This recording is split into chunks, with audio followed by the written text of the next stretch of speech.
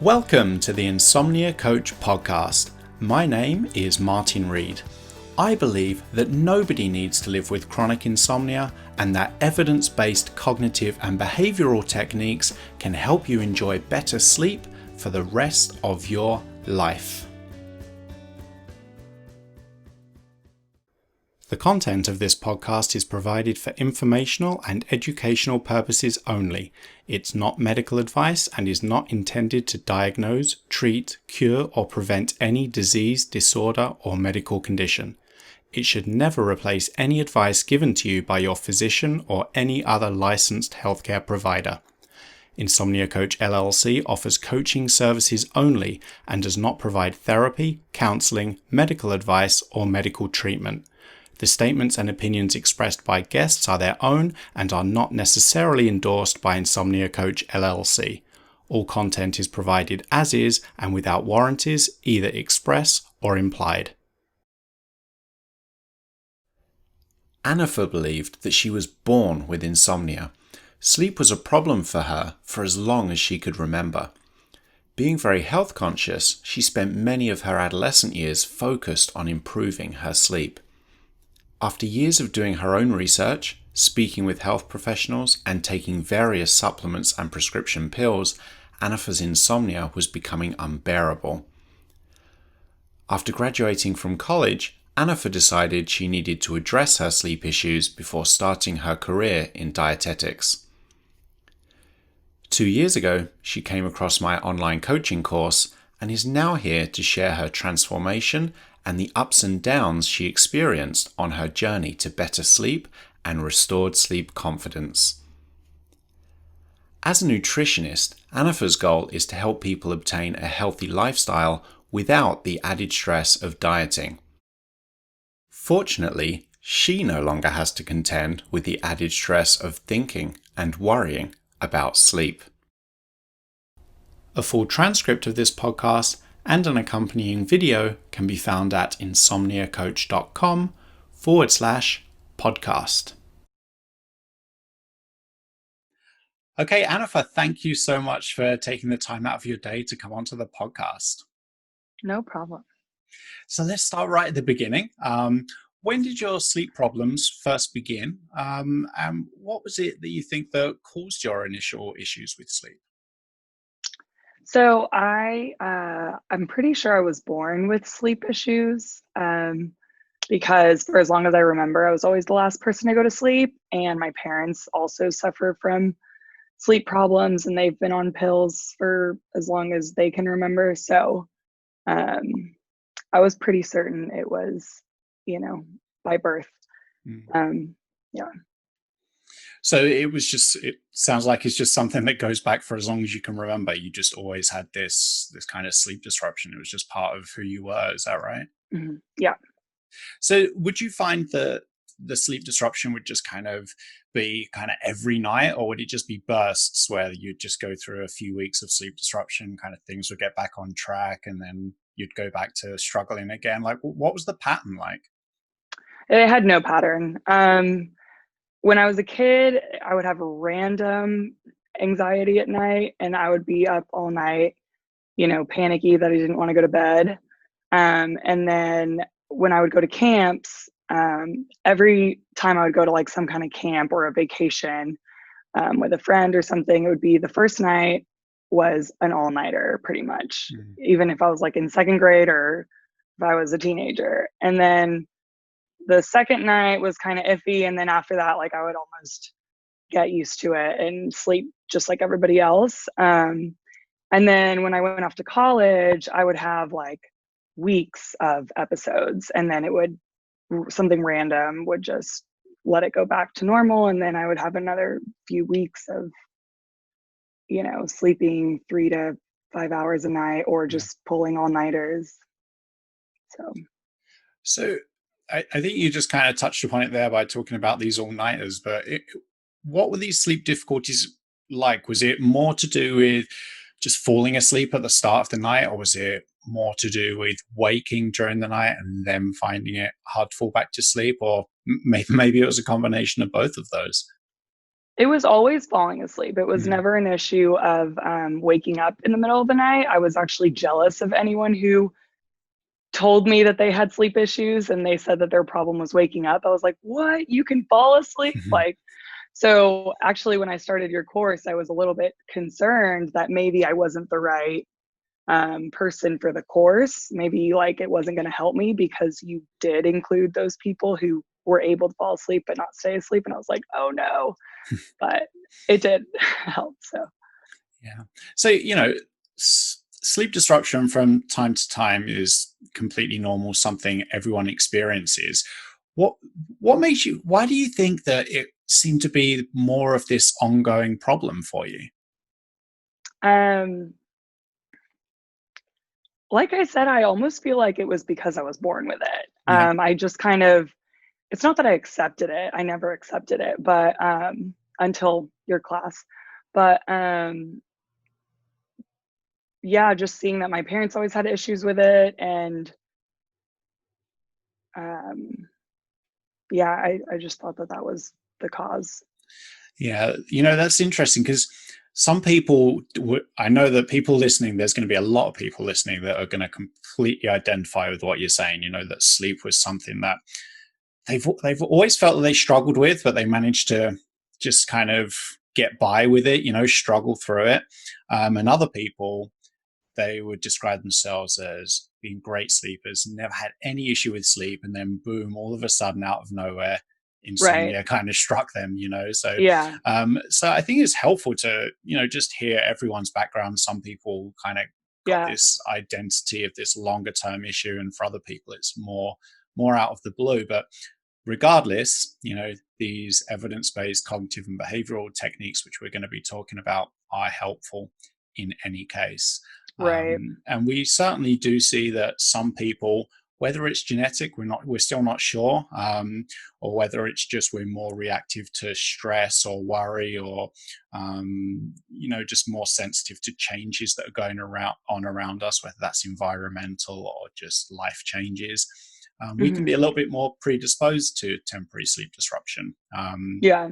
And that's just unfortunately how it is for some of us. But that doesn't mean we have to live with insomnia forever. Right. Growing up, when I would tell my parents, like, this is a real problem, Mm, it was really in high school when I started to be like, I need a professional. And they'd be like, no, you just need to relax or whatever it was. I don't know what their answers were. I mean, they would occasionally become open to, okay, go find someone and I'll help you out. But they never took me too seriously because they had that mindset of we deal with it, your grandma dealt with it, mm, like, and it was just this thing where you have to accept it. So it's super exciting that this is out there, yeah. that you don't have to live. And I've said it a million times because I'm a dietitian, and we say, like, yeah, you can fix your genes, like your genes don't paint the whole picture for you, but Mm, it's exciting to have experience that, like black and white, a huge difference between I thought I was an insomniac by birth and for life, yeah. to now. Yeah. Absolutely. So with this in mind, you would just kind of were this person that which would almost just self-identify as an insomniac. This was just part of who you were. What then kind of prompted you or led you to think maybe things don't have to be this way? Maybe there is something I can do to improve the situation and enjoy better sleep. I was just rock bottom, Mm, desperate. It wasn't like a hope that things would um, help. It was more of like I need something to help mhm, because I lost a job because I was calling in sick because I couldn't sleep, and I was about to. So I took a couple years off after college, and was working just like small jobs that were very like irregular schedule, like hostessing in the evenings at a restaurant. And anyways, if I like one time I went 3 days without any sleep at all. So it mm, was like three all-nighters in a row, and I called in sick, and I told them it was because I didn't sleep, and they were like, "Oh, you called in sleepy." And so they fired me, and I was like, okay, well, luckily I was a hostess, but I can't do this when I'm, working at a hospital or Yeah. in a career job. Um, so I was desperate to find something so that it was for my career. But the ironic thing was me taking evening jobs was actually kind of adding to the problem because, like you said, having a routine and a schedule and being forced to wake up every day at an early Mm-hmm. time is part of success. So I thought it was going to be part of the problem for me because I was like, oh, I don't sleep at night, so I can't take a morning job. Mm-hmm. But it's actually a part of the solution. So, Yeah, it's quite amazing how insomnia can work its way into so much of our lives and really yeah, affect our decision making and our planning. Just like you touched upon, we can change jobs or look for specific jobs because we yep, have so much concern about how it might impact our sleep. To have a regular kind of 9 till 5, you might think, oh, there's no way I can do that. Or to have a job that has a lot of responsibility, you might think there's no way I can do that. And all of these reactions, they're completely understandable. But the problem is they end up mm-hmm. perpetuating the problem. As now, you're able to look back on it and see that. But it's almost counterintuitive because it makes sense that you want to do things to adapt, to make the situation easier, little realizing that it's actually feeding into the problem, giving insomnia more attention, more of a role in our lives. And this tends to just make it stronger and have even Yeah, more of a negative impact on our lives. yeah.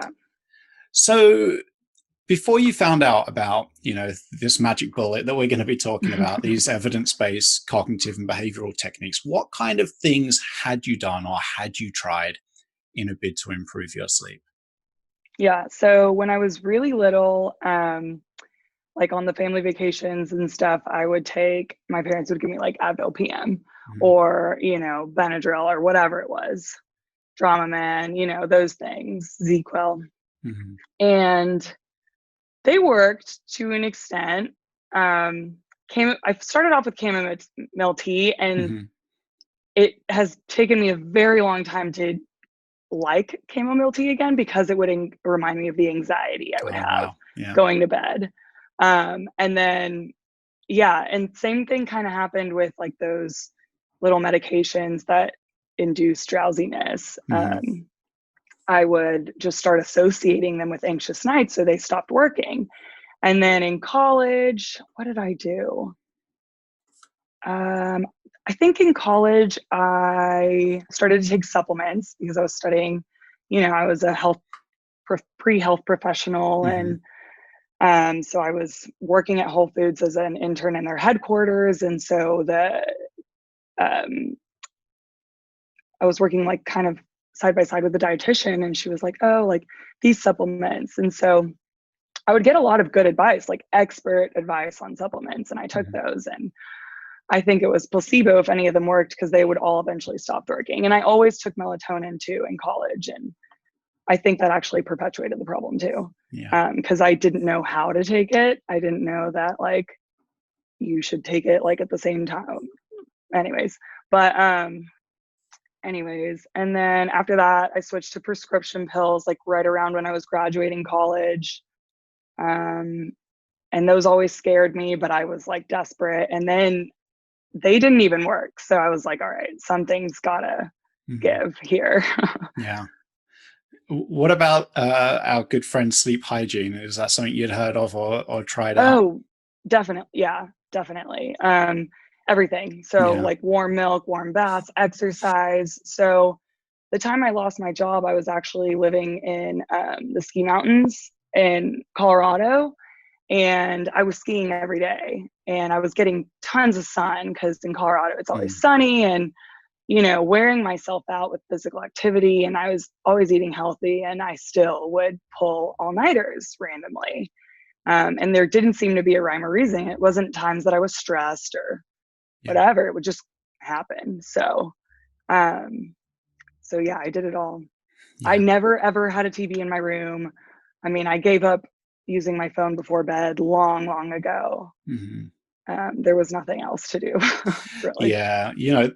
that's the big problem with sleep hygiene is by the time you've got chronic insomnia, it's too late for any of that stuff. It's more preventative stuff that can be helpful if you're maybe just burning the candle at both ends and not prioritizing sleep. But people with insomnia, they are prioritizing sleep. Right. They're Too trying to get much. more sleep. Yeah, perhaps too much, right? You're putting that Yeah. effort into sleep. And the problem with sleep hygiene is it can just lead to even more sleep effort. You can have this huge long ritual of things that you're doing from night to night, like setting the thermostat to a certain temperature, making sure Yeah. your sheets are a certain material or comfortable, making sure there's not even a shred of light entering your room. And it could just lead to even more attention and focus on sleep and sleep effort. Hmm. And we know that sleep hygiene isn't helpful for people with chronic insomnia, but because that's the most easily available and accessible information out there, that's usually the first thing that people with insomnia try.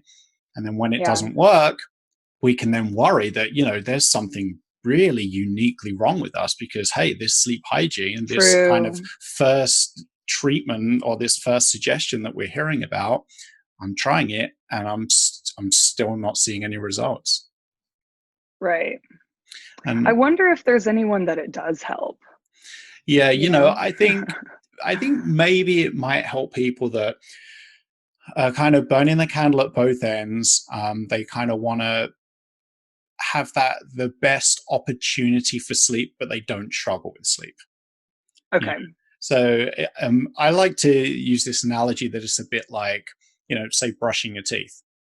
We brush our teeth to keep them healthy and strong, but once we've got that filling, but once we've got that cavity, it doesn't matter how much we brush our teeth. We need Okay. something else by that point. Hmm. So it's really like sleep hygiene is kind of preventative. It might help people that don't really have a problem with sleep, that are just looking to optimize, perhaps. But I Hmm. think that when it comes to people with insomnia, I'm increasingly coming to the opinion that it can actually be more harmful than helpful because it just Right. adds more kind of sleep efforts and can just lead to the development of so many rituals which really aren't helpful when it comes to improving sleep. Right. And you know and going back to what you were saying about the supplements and the pills, sometimes they work, sometimes they don't. I think the reason why they're never effective over the long term is just because they just don't get to the root cause, the root problem, which is the thoughts and the behaviors that we have in response to sleep disruption that perpetuate the problem. Right. So they can, whether it's a placebo or whether there is actually something happening, they can kind of lower that initial barrier to sleep, which is often kind of arousal related, whether it's actual worry or anxiety or just self monitoring for sleep, putting effort into sleep, that kind of thing. So they can kind of lower that barrier. Um, but regardless of whether we're taking pills or not, all the sleep that we get is always being generated by us, always. Hmm. So, kind of supplements and pills, they can kind of lead us down this slippery slope of believing that we can only sleep with them.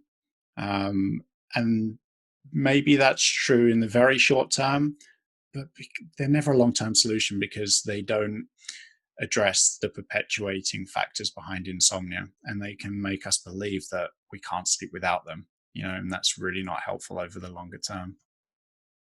Yeah, and I mean, I'm only 27, so I had maybe one or two drawers full of everything I've tried, Wow. of Yeah. like, I mean, over the years, because I'll Hmm. take a few of the bottle and then I'll just be like, oh, I'll save it for next time I have an insomnia episode or Yeah. whatever.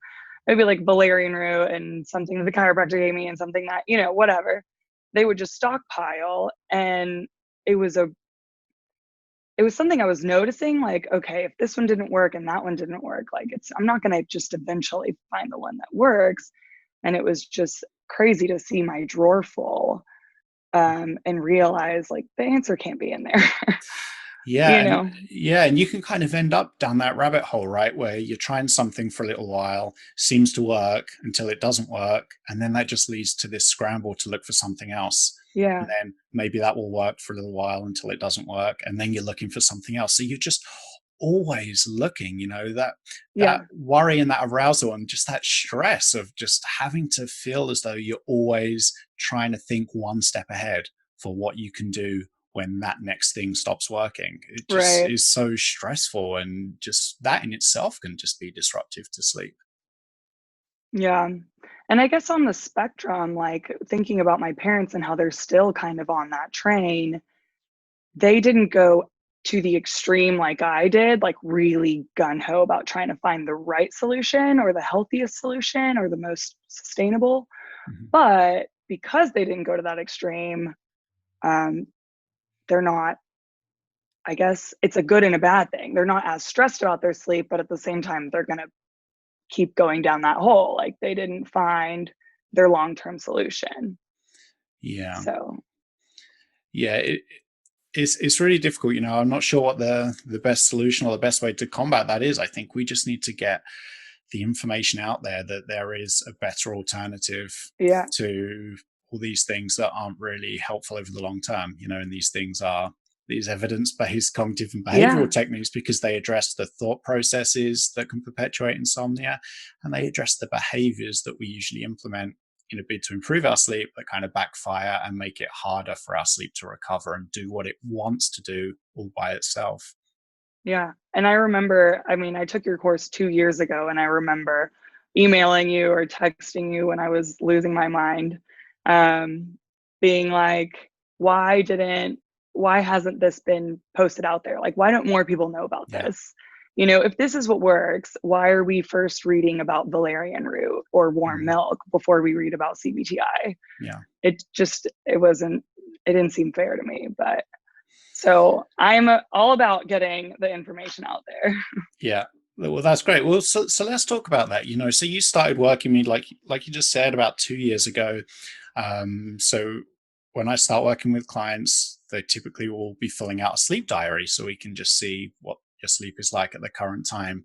And I remember that when I got yours back, it showed that you were averaging about 5 hours of sleep each night, but you were spending roughly 9 hours in bed at Yeah. night.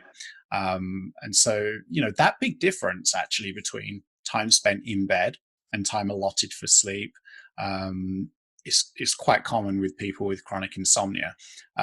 At that time, when you were doing that, if you can think back, did you think that spending 9 hours in bed, might help you get more sleep? Did you see it as something that was helpful, or did it ever occur to you that that might be not quite so helpful? The opposite. I always thought it was helpful. Mhm. And part of that is just I'm raised, not even my parents, but being in health promotion, at school at UT Health or at UT in Austin, we would always tell people, go to bed early, get good sleep. And it's like, and my parents would tell me, go to bed early. You didn't sleep well last night, go to bed early tonight. And Yeah. so that's always the added pressure. And so you think you're doing the right thing by going to bed early, I guess.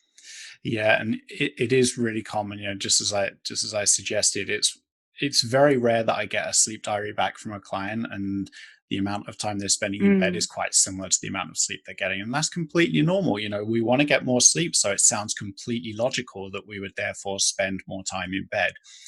right. But when we're struggling with sleep over a long period of time, all that really does is just guarantee a lot of time awake during the night, Hmm. whether that means more time to it takes us more time to fall asleep, or we wake up and then find it hard to fall back to sleep.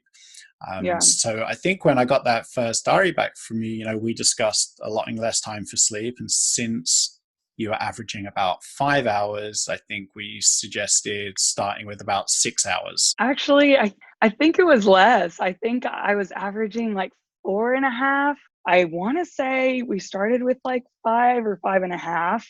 And I was like, oh man, that's low. But I remember it was probably somewhere between 4.5 and 5 hours. I don't usually suggest people a lot less than about 5.5 hours for sleep, yeah, but certainly 5.5 could have been something that we were talking about. So, what yeah, what was your initial reaction to that? Did it feel like I was just angry. sound angry? Okay, yeah, Yeah, I was angry. I remember, so yeah, before I found you, I had talked to a therapist about sleep, mhm, and she was like, well, what if tonight you just don't sleep? And I was like, oh, really? And she was like, that's not the reaction you're supposed to have when someone tells you you don't have to sleep. But I had had so much pressure on myself to sleep. But ironically, when you told me, you can only be in bed for 5.5 hours, I was like, oh God, I'm going to die. Mhm. But yeah, I mean, I didn't expect it. So, but you did it, right? So what was it you felt, that was a big, you felt angry, that you were maybe a bit confused as to how this makes sense. How could spending less time in bed improve my sleep? How did you get your head around this and actually decide to give it a try? I think you had like a lecture on there that explained it. Mhm. And it was like making associations with your bed, and your body and your mind are associating your bed with anxiety. And that was 100% true for me. I couldn't even deny that. So I agreed, with what you had to say. I was just, and I believed that it could work. It was just, I don't know. I mean, clearly people with insomnia have a lot of emotions when it comes Yeah. to sleep, and it's precious, but like you can't get there. And so when you say you can only be in bed for 5.5 hours and my goal is to optimize my health, well, that to me seems counterintuitive. But Yeah.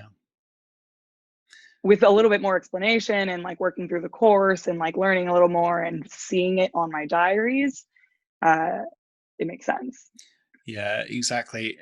Because the way I like to frame it is, well, what you're doing right now is obviously not working for you, or it's not helpful, because we wouldn't be talking, we wouldn't be working together. Hmm. So how about just running it as an experiment for a couple of weeks, Hmm. just allotting an amount of time for sleep that's a little bit less than now, but that's still longer than your average nightly sleep duration. So Yeah. you can see just from that alone that we're not going to be reducing the amount of sleep you get. Right. All we're going to be doing is just reducing the amount of time you spend awake in bed, which is not pleasant. It doesn't Yeah. feel good. Whilst at the same time building up this really strong sleep drive during the day. Right. And that will really help improve sleep at night, especially if you can recognize that worry or anxiety or self monitoring is interrupting sleep. The stronger your sleep drive gets during the day, the easier it is to overpower all that, and Hmm. the easier it then becomes to sleep. So you decided to give it a go, and I think you see after the first week, suddenly, boom, you were like falling asleep significantly faster. I think Hmm. when I was looking at your sleep diaries before this call, it went to around half an hour sleep onset Hmm. instead of 2.5 hours. Hmm. Um, but your average nightly sleep duration was still about the same. That hadn't changed. So that's what it was. Then I think we suggest tightening up that sleep window a little bit more to five and a Yes. half hours. Yeah. That's it. Okay. That's what it was. Yeah. So we started at Okay. 6. You saw great That was it. results. You started falling asleep significantly faster. So maybe you had a little bit more confidence. Maybe I felt the time was right to suggest, well, how about maybe we tighten the sleep window up just a tiny Hmm. little bit more? Um, so how are you feeling at that point? A couple of weeks in, you saw that you were starting to fall asleep really quickly. Um, Hmm. were you feeling good because you were falling asleep significantly faster, or were you still frustrated that, hey, I'm still only getting like 4.5, 5 hours of sleep here? Yeah.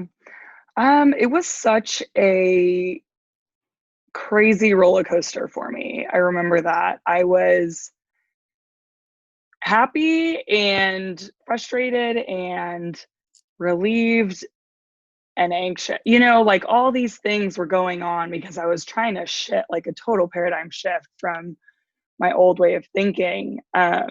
So I do remember when you said, you have to stay out of bed longer, but you framed it in a way of like, this is a great time for you to like catch up on things that you didn't have time for.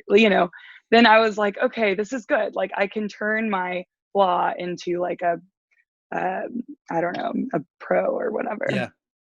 something good. And then,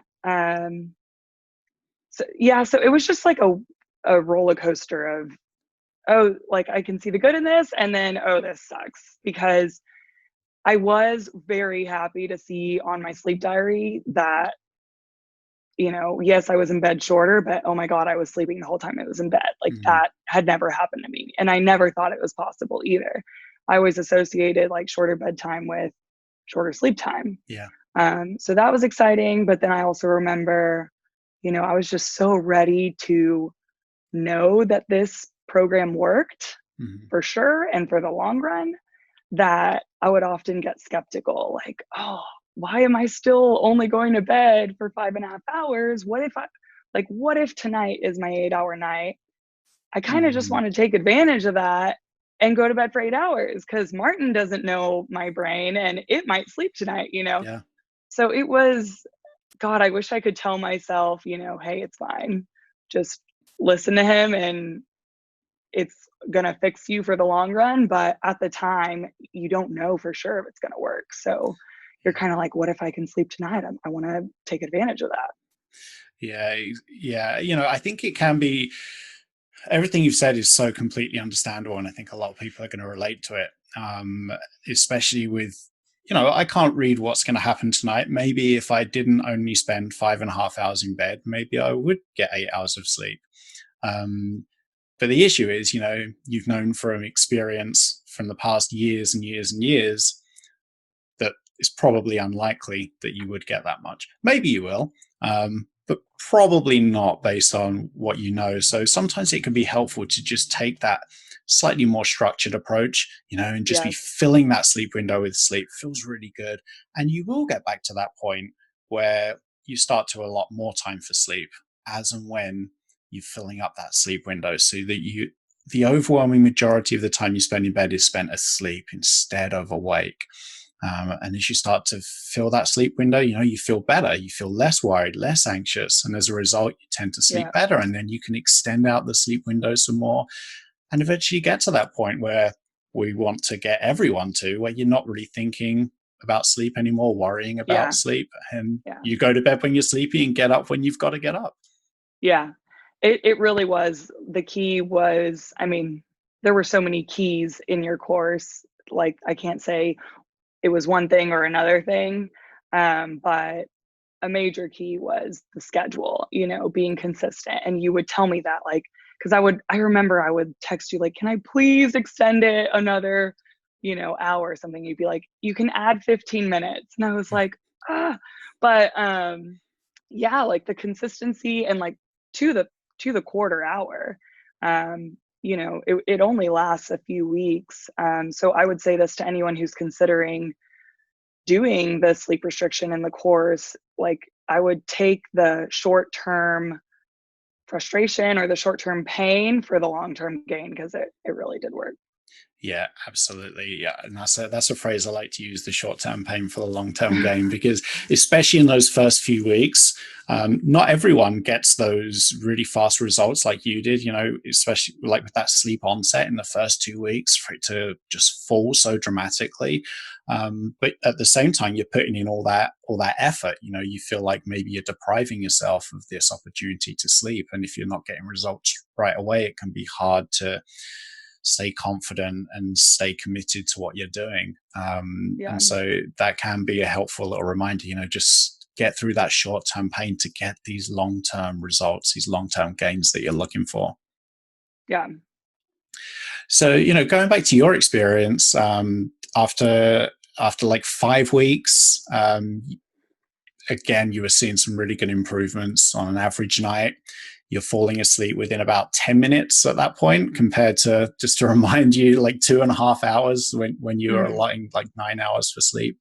And you're averaging a little bit over 6 hours of sleep each night. So you're getting more sleep as well. And your sleep efficiency was 91%, which basically just means 91% of the time you were spending in bed was spent asleep, which is great, because as you touched upon, it also reinforces this association between the bed and sleep and not unpleasant wakefulness.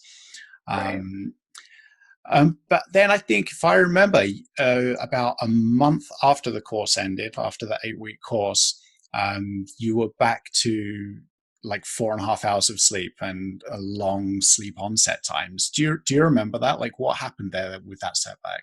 I do remember that. And it was it was such a quick fix. Like something reminded me of like those key things that I learned, like don't get in bed. It was just refresher information that I Mm, needed. So like don't get in bed early if you're trying to get a better night's sleep, or like try to enjoy like relaxing activities before bed, or don't call yourself an insomniac. Like these mm. these key thought changes and behavior changes. I just needed a refresher and like a reminder that they work. Like a month at the end of the course, you were saying that you were going through a period of short sleep. Hmm. You got it back on track again. And then it was about a year after you finished the course, you reached out to me. You said, I started to struggle. Any tips or advice? Like, what can I do? And we spoke a little bit about temporary sleep disruption from time to time is always going to happen. It's normal, part of life. Ultimately, it's just how we react to them. So, Right. because Okay. insomnia is perpetuated by our thoughts and behaviors, as long as we can make sure that we avoid those perpetuating thoughts and behaviors, sleep will almost always get back on track by itself. I think this is a good point to, back to my point and your point of short-term pain, long-term gain. It's not super linear. You don't just go from here to here. It's like, but that's kind of the best part because that's when it works and like it is long term. So like I think my, success was kind of like this, but now, 27-year-old Anafer sees 25-year-old Anafer, and those thoughts get reinforced of I've overcome this. Yeah. Like I'm kind of doing my own CBT over time, because when you're a month out of the program, yes, you did the program and you put in the work, but you still have these thoughts that are like, what if I didn't overcome this? You don't know. Like, Mm-hmm. I didn't know that future me was going to be sleeping great and that changed everything. For all I knew, it was a temporary fix. Mm-hmm. And I think that good refresher of like, don't fall back into those thought patterns. And I guess I needed two refreshers, um, kept me going and kept me like, even though I was falling, it kept me improving to the point where I could convince myself, like, oh, I don't have insomnia. I sleep great. And then those thoughts reinforce themselves Yeah. forever. Yeah, that's a really good point, because once you know from experience that there are things that you can do that will improve your sleep, these techniques like allotting an appropriate amount of time for sleep, going to bed when you feel sleepy rather than what time it is on the clock, things like that. When you know from experience that they work, you've learned those skills, and they're effective. You can kind of just re-implement them again anytime Yeah. you find yourself struggling. Like, they really are just lifelong skills. You just become like your own coach, right? You don't need Hmm. anyone else. You've just got Yeah. that self-empowerment, and you know exactly what to do to improve the situation should sleep issues reoccur in the future. Yeah. And the best thing about these tools or behaviors is that if anything, they're like fun to implement because they're like, hey, don't stress about sleep, go live your life. Yeah. So it's not like, I don't know, I guess I'm going to compare it to a diet. Like if I do a short-term diet and then the person's like, okay, you can always implement these practices again later, it's like, oh, I have to give up pizza again. But it's Hmm. like, no, with the sleep restriction and the cognitive behavior therapy with insomnia, you get to re-implement these behaviors that help you go out and live your life, that help you like say yes to going out and socializing and not focusing on sleep, or you can stay up reading as long as you want and Hmm. put your bedtime can come second. Just wake up and fulfill your next day again. Yeah. Yeah, exactly. And you made a really good point there about living our daytime lives and having fun during the day, because it's so easy for us to just adapt our life or try and compensate for a difficult night, um, or kind of modify our days in response to difficult nights. just as you kind of touched upon right at the start of this discussion, where you changed career, you would look for different jobs to try and accommodate your insomnia. On the opposite end of the spectrum, we might just do relatively minor things like you have a bad night, so then you won't go out to the movies with friends the following night. Or Exactly. you won't even make plans, let alone go, because you're concerned how it might impact your sleep or how you might be if you go to the movie, if you'll be like a zombie or something like that. But every time we do that, we kind of remove that opportunity to have good moments. So not only does it have a negative impact on our quality of life, but it kind of guarantees that sleep has a negative influence in our lives because we're just not giving ourselves Yeah. the opportunity to have good moments in our days. Yeah. So it's a fun long-term toolkit to tap into when you need it. Yeah. Absolutely. I just think that discussing these ups and downs and the setbacks along the way is helpful because they're normal and they're to be expected. And, if you're not expecting setbacks, if you are just kind of expecting or putting pressure on yourself to have that completely perfect linear progress of every single night, every single week is better than the last, you can really kind of stress out and become really concerned when you experience a bad night or a string of bad nights. The insomnia is back, nothing I'm doing is working, I'm beyond help, I'm back to square one. I think you kind of already touched upon this, but did you have those same kind of worries and thoughts, when you experience Yes. those little blips? And all right, so what advice would you give to someone who has experienced the same, or maybe they're just currently experiencing a setback right now listening to this? So if they're taking your course, have pity and mercy on Martin, because I remember I would send you texts like I was losing hope and I didn't believe that it was going to work. And you were very kind to me and patient and you responded very well. But if you're experiencing setbacks and you're getting angry and impatient and um, you're doubting the program or you're doubting the sleep restriction, that is part of success. So yeah, because it was very hard to do. Yeah. And even with me doubting it and even with me like writing out my setbacks, I still experienced success. So I'm not going to tell you just avoid setbacks or like avoid getting frustrated, because you're going to get frustrated, and thank God Martin's going to be nice to you.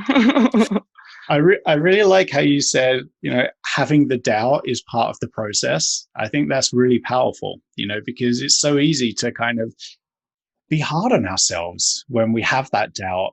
Why do I feel so doubtful? Why do I feel negative? Why am I so pessimistic? But it's completely understandable because you've probably tried a million different things to improve Yeah. your sleep and none have worked. So Yeah, which is those why I was shocked that this worked. yeah, so those feelings are normal. So I really like that, having that mindset, that this doubt and maybe the occasional frustration as part of the process can be really helpful. Yeah.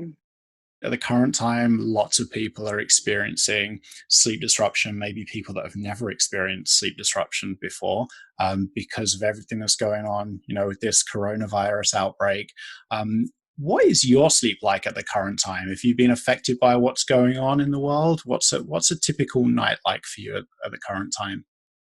I go to bed probably at like 11 and wake up at 6:45 or 7. Mm-hmm. And one thing that has permanently stuck with me is waking up early has worked for me. Mm-hmm. You started that, and then I also had a clinical rotation in the hospital that I would have to be there at 6:30, and I was sleeping like a baby when I did that. So it's possible that most people during coronavirus are experience poor sleep because they're waking up too late. But I would hate to say that and someone be like, no, I'm waking up super early and I still struggle with sleep, because that was me. Yeah. You implement everything, and it sucks to hear that something worked for someone, but it doesn't work for you. Mm-hmm. It only makes you feel worse. So if that didn't work for you, that's okay. But yeah, I do wake up early consistently because I learned that helped me. And then I just I don't know. I just don't stress too much about bedtime anymore. I Yeah. think that also is key because I could be doing all the right behaviors, textbook correct behaviors and still stress about sleep at night, and then I wouldn't be sleeping the way I am. Yeah, exactly. But I do read before bed. I don't get on a Mhm. computer. I still have a little bit of sleep hygiene, but I don't freak out if I do watch a movie before bed or Yeah. whatever. Mhm. Yeah, and it comes down to those two things, the thoughts and our behaviors. And for a lot of people that are struggling with sleep, especially now with everything going on in the world, is completely normal, first and foremost, because our sleep is sensitive to our overall well-being. So when we are stressed at times of uncertainty, it's normal for our sleep to be disrupted. And usually as we adapt, our sleep will recover all by itself. But if it doesn't, it's often because the way we think about sleep changes and our behaviors around sleep change. And you've already used the great example of maybe we are then spending more time in bed or staying in later. And this can apply if, maybe we're working from home, maybe we've been furloughed, maybe we've lost our job. So we don't have that structure to our day anymore. So we've got that temptation to just lie in the morning. And then when we try and go to bed the following night, it's more difficult because ultimately we're not as sleepy anymore because we've not been awake for as long. But then that can lead to more worry. Now it's taking me time to fall asleep. And then it might be you're waking up during the night and it just triggers, all these more worries and all Mm-hmm. these new behaviors to try and improve your sleep that kind of really just get in the way of what the body wants to do all by itself. And that's what tends to perpetuate the Right. problem. Very true. Same goes with, let me just interject super quick with diet. When somebody gains a little bit of weight and they freak out, and then, I just feel like that's the way weight cycling and yo-yo dieting happens too, is your body can fluctuate a little bit, but it's when you start to hone in and try and fix it, that's when it becomes an issue. Yeah, exactly. And the our sleep is very rarely the same from night to night. Even in people that have no issues with sleep, it's very rare that you're going to get the exact same amount of sleep every single night, because sleep requirement varies really from night to night, depending on how our day has gone. So, one night we might get, let's say, 8 hours, one night we might get 6 hours, and that could be completely normal. But if our sleep confidence is low, we can then worry about that difference, kind of Right. as you just alluded to, and maybe think we're back to square one or that we should just throw in the towel and this isn't working. When it's perhaps not even unusual and it's just all part of the process. Very true. Yeah. So, what does life look like now, compared to when you were struggling with sleep? A lot of our attention is always on what goes on at night.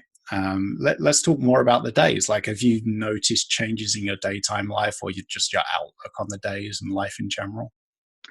Well, I always used to think that I so growing up, one of my best friends had cystic fibrosis.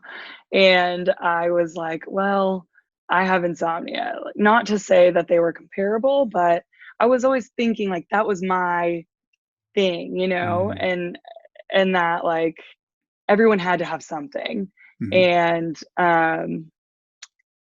and it's been amazing to free up that area in my brain that mhm. no longer has to, search for insomnia cures or like set aside a budget for like how am I gonna, fix it or whatever. Yeah. So there is like a lot of free thinking space now, and I've noticed it, like Mhm. all this time I used to spend thinking about sleep or shopping for pills or looking for sleep doctors or whatever, talking about it. um I'm more interested like in my career now, or in my dating life or my Mhm. friends, or yeah. Wow, that's great. So it almost sounds as though it's just ultimately just this almost like a weight off your shoulders. It's just something that's just like you said, it's just freeing up your life. You can use that time maybe spent thinking and worrying about sleep in not only more productive ways, but more enjoyable ways. Mm-hmm. Yeah. All right. Well, thank you for sparing your time to come onto the podcast. I think a lot of people are going to really identify with your journey, and hopefully it will help motivate some people, to take steps to improve their sleep. Just as you got your sleep back on track, listening to your story, there's no reason for other people to believe they can't do the same. And that's why I think these discussions can just be really powerful. But I do have one last question for you, and it's one that I like to end all of these podcasts with. If someone with chronic insomnia is listening and feels as though they've tried everything, that they're beyond help, and that they can't do anything to improve their sleep, what would you tell them? That was me. That was me 100%. And I can completely relate to that. And I would 100% recommend the course. And you know that, Martin. I wish that this course were more widely spread, and I wish it were more accessible to everyone. I just got out of a master's in public health, and I'm like, can we promote CBTI, please? Yeah. Instead we promote get 8 hours of sleep. Right. So I know it's hard, but I would definitely at least try this. You've tried everything. Why not try this? Yeah, absolutely. And, I think everyone has it within them to improve their sleep. We all have a natural ability to sleep. It never goes away. It's just a case of having access to these techniques that help change the way you think about sleep and help you implement behaviors that just ultimately let your body take control of sleep again. As soon as we kind of remove ourselves from the process, it tends to make sleep easier. Thank you so much for taking the time to come onto the podcast, Anafer. Yeah, of course. Thank you.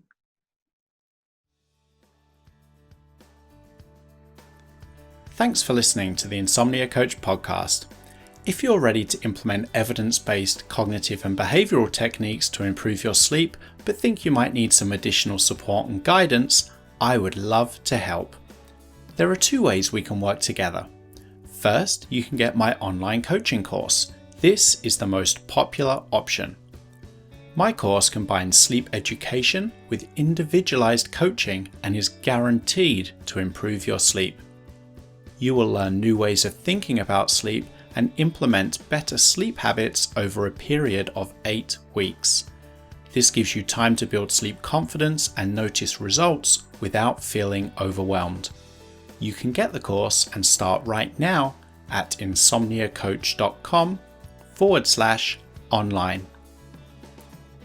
I also offer a phone coaching package where we start with a 1-hour call.